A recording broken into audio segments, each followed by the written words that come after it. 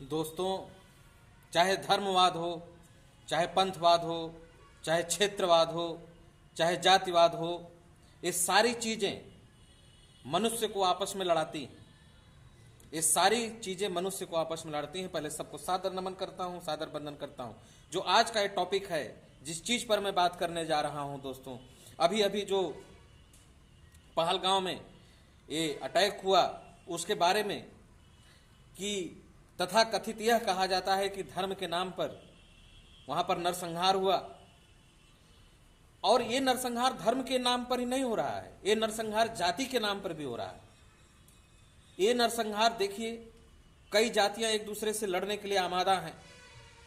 कई जातियां एक दूसरे का जो है देखना नहीं चाहती, जान जाते हैं मात्र कि अगर इस जाति के हैं उस जाति के हैं तो बात भी नहीं करना चाहते हैं।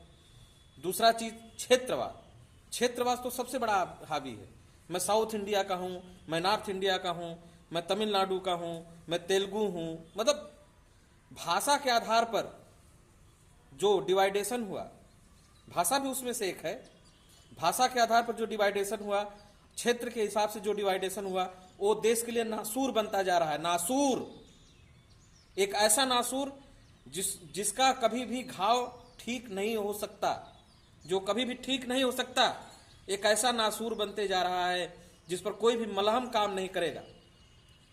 आज धर्म के नाम पर ये हुआ, कल जाति के नाम पर हो सकता है, परसों भाषा के नाम पर हो सकता है। ये जो विनाश की लीला है, ये विनाश की लीला कभी थमने वाली नहीं है। विनाश की लीला कभी रुकने वाली नहीं है। विनाश की लीला तभी रुक सकती है जब मनुष्य के अंदर प्रेम की भावना आए। प्रेम जब तक नहीं आएगा तब तक ये विनाश की लीला कभी भी नहीं रुक सकती, कभी भी नहीं रुक सकती। लोग एक दूसरे से इतना जल रहे हैं, इतना ज्यादा नीचा दिखाने की प्रवृत्ति अपना रहे हैं, इतना ज्यादा एक दूसरे को मतलब कहां से उनको पटकें, इसके लिए सारी तैयारी कर रहे हैं। इसमें अगर आप सोचें कि सारी चीजें ठीक हो जाएंगी, सारी चीजें संभल जाएंगी, तो क्या ये उचित है? बताइए दोस्तों, क्या उचित है? जल थल नभ वायु, ये सब प्रकृति तो सब में किसी में भेद नहीं करती। प्रकृति तो मनुष्य में नर और नारी को बनाया है। नर नारी ने आकर यहाँ तमाम प्रकार के पंथ बनाए, तमाम प्रकार के धर्म बनाए, तमाम प्रकार के भाषाएं बनाए, तमाम प्रकार के क्षेत्र बनाए, तमाम प्रकार की जातियां बनाई और इसमें उलझ गए। वाह! प्रकृति तो कभी भेद नहीं की, कभी हवा ने भेद नहीं किया, कभी पानी ने भेद नहीं किया, कभी ये प्राण ने भेद नहीं किया। प्राण तो सबके अंदर वही है, प्राण तो सबके अंदर जीवंत है। लेकिन नहीं, ये लीला प्रेम की लीला नहीं चलकर ये लीला चल रही है विनाश की लीला।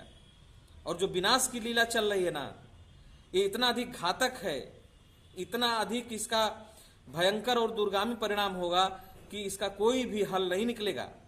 आज कई देश आपस में लड़ रहे हैं, रूस यूक्रेन लड़ रहा है, इजराइल फिलिस्तीन लड़ रहे हैं। किस लिए लड़ रहे हैं? किस लिए लड़ रहे हैं? और एक ऐसी लड़ाई हो रही है जो कि कभी थमने का नाम भी नहीं ले रही है। मतलब एक ऐसी लड़ाई हो कि जो बंद हो जाए। दोस्तों, जो पहले के लोग थे उनके अपेक्षा हम लोग ज्यादा क्रूर होते जा रहे हैं, ज्यादा अहंकारी होते जा रहे हैं। पहले के जो हमारे बाप दादा थे, जो हमारे पहले पूर्वज थे, वो आपस में लड़ाई अवश्य करते थे। लेकिन दिन में अगर लड़ाई करते थे तो शाम को जो है वो एक दूसरे से मिलकर, एक दूसरे से बात करके, एक दूसरे से प्यार करके रहते थे, साथ में भोज भात साथ में खाते थे। फिर सारा मन का मैल, सारा मन का दुराव, वो सारी चीजें समाप्त हो जाती थी। लेकिन जो आज का दौर चल रहा है, ये आज का दौर चल रहा है कि जिससे अगर झगड़ा हुआ तो वो अहंकार गांठ के रूप में बन जा रहा है। एक ऐसा गांठ जो जिंदगी भर उस गांठ से आदमी निकल नहीं पा रहा है। और वो गांठ जो बन रहा है भाई भाई में लड़ाने का।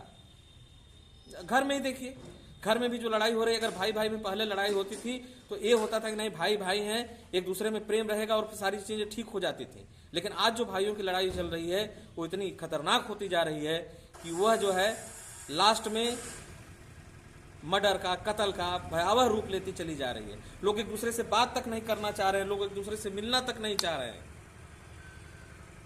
ठीक है, लड़ाई हुई अपनी जगह हुई, मनमुटाव हुआ अपनी जगह हुआ, लेकिन जो ये सारी चीजें जो हो रही हैं, यह गांठ बांध लिया जा रहा है कि नहीं, गांठ बांध दिया जा रहा है। तो दोस्तों, जब तक हमारे अंदर प्रेम का वो पराकाष्ठा नहीं आएगा, जब तक हमारे अंदर प्रेम की समझ नहीं आएगी, जब तक हमारे अंदर प्रेम का गुंजार नहीं होगा, जब तक हमारे अंदर प्रेम का एक विकल्प नहीं आएगा, तब तक हम इसी तरह जातिवाद, क्षेत्रवाद, भाषावाद, पंथवाद, धर्मवाद के नाम पर लड़ते रहेंगे और स्वयं जो प्रकृति ने हमें जीवन दिया है उस जीवन का नाश करते रहेंगे।